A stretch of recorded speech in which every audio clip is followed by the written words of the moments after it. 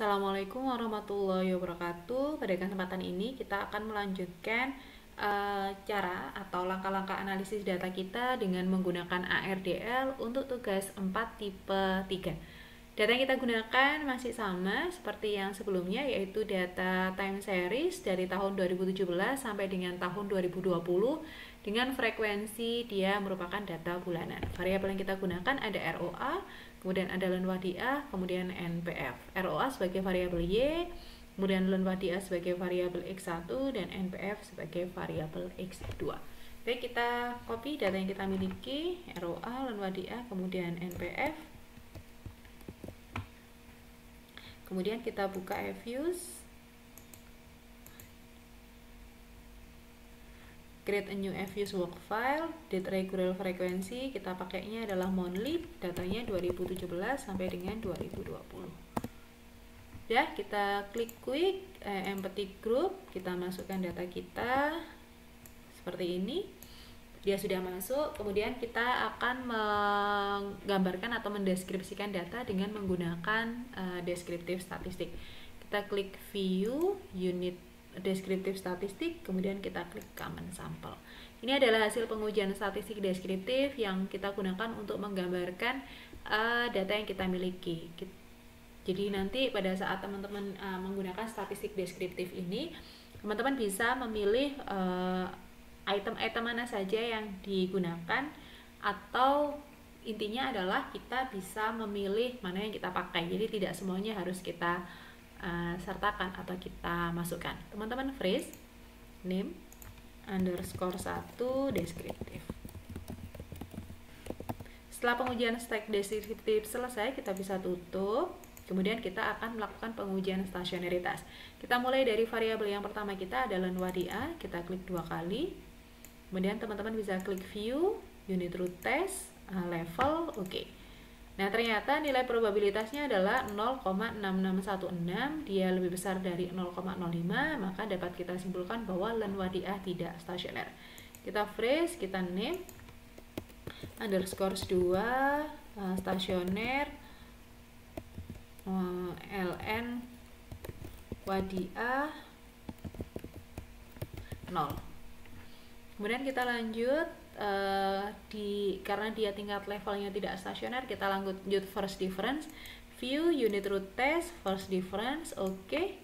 Ternyata probabilitasnya 0,000 kurang dari 0,05 yang menunjukkan bahwa len wadiah stasioner pada tingkat first difference. Kita freeze, kita name underscore 2 stasioner len wadiah 1. Karena dia sudah stasioner pada tingkat first difference, berarti kita tidak perlu melakukan pengujian stasionaritas untuk yang second difference. Kita tutup len wadiah, kita lanjutkan ke NPF. Klik 2 kali pada NPF, kemudian kita view, kemudian unit root test, level, oke. Karena nilai probabilitasnya adalah 0,033 kurang dari 0,05, maka dapat kita simpulkan bahwa NPF stasioner pada tingkat level. Kita freeze, kita name underscore 3 stasioner NPF level. Karena dia sudah stasioner pada tingkat level, kita selesai di sini dan tidak perlu melakukan pengujian untuk yang first difference.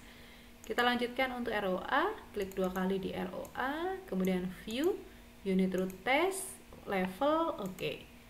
Ternyata nilai ROA memiliki probabilitas 0,1096 lebih besar dari 0,05 yang menunjukkan bahwa ROA tidak stasioner pada tingkat level. Kita freeze, kita name underscore 4 stasioner ROA level.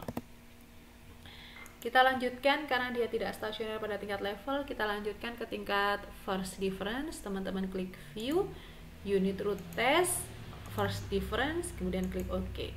Karena nilai probabilitas yang kita dapatkan adalah 0,000 kurang dari 0,05, maka dapat kita simpulkan bahwa ROA stasioner pada tingkat first difference. Kita freeze, name underscore 4 underscore stasioner ROA 1. Dari hasil ini kita tahu bahwa wadiah 1 NPF 0, ROA 1. Hal ini menunjukkan bahwa mereka tidak stasioner pada tingkat yang sama. Karena tidak stasioner pada tingkat yang sama, metode yang mungkin cocok digunakan adalah model ARDL. Kita coba analisis datanya dengan menggunakan ARDL.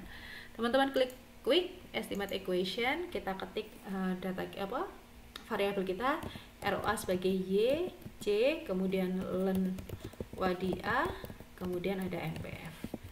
Kemudian jangan lupa pilih metodenya adalah ARDL, autoregressive distributed lag model. Kemudian kita pilih OK. Model yang kita dapatkan adalah selected modelnya ARDL 212. 212 itu artinya adalah ROA, ROA-1, ROA-2, 1 untuk len wadia 1, 2 NPF, NPF-1, NPF-2. Hasilnya seperti yang di sini. Teman-teman bisa melihat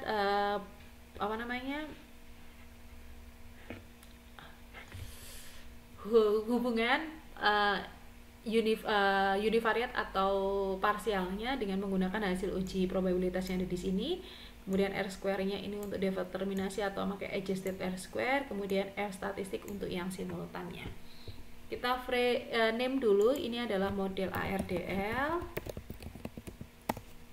Kemudian kita freeze, kita name underscore 5 ARDL umum. Jadi model ini adalah model umum ARDL yang secara umum didapatkan dari model ARDL. Nah, sebelum kita lebih jauh melakukan analisis untuk model ARDL, kita harus mengecek terlebih dahulu apakah model ARDL ini ternyata ada kointegrasi atau tidak. Pengujian kointegrasi dengan menggunakan model ARDL dilakukan atau didekati dengan menggunakan uji bound test. Teman-teman klik view koefisien diagnostik bound test.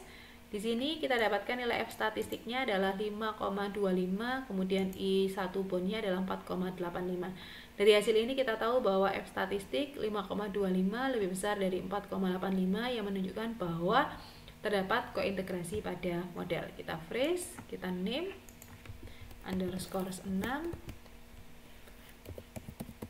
bound test.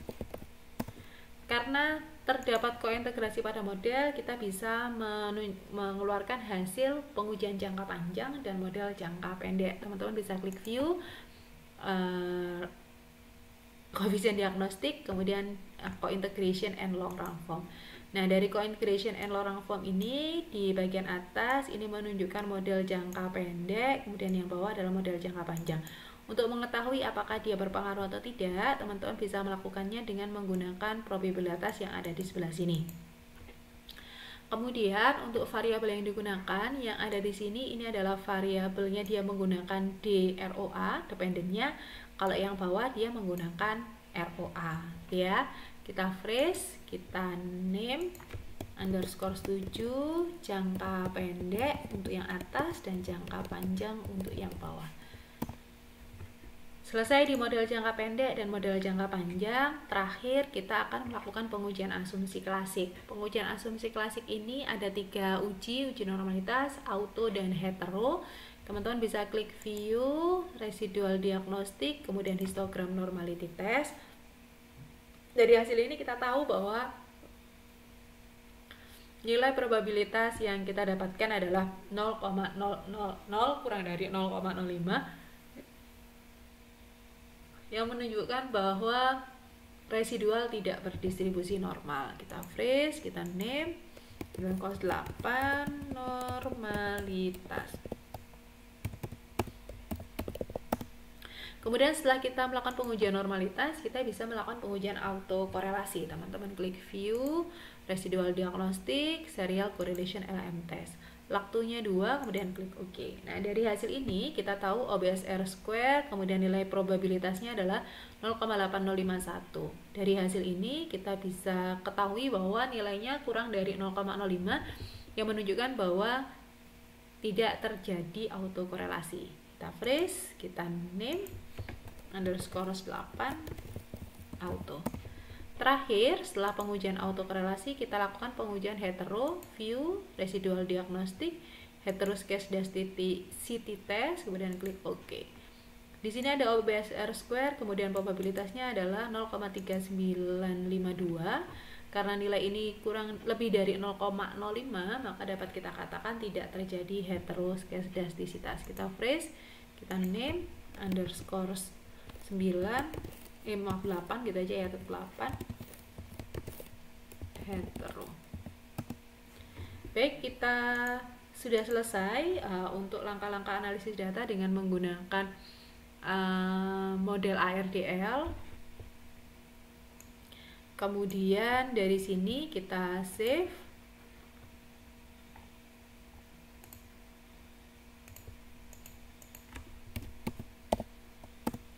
Kemudian single precision, oke. Nah, dari hasil ini teman-teman nanti bisa coba praktekkan di rumahnya masing-masing gitu ya. Semoga nanti bisa membantu teman-teman untuk semakin lebih tahu step by step untuk pengujian ARDL.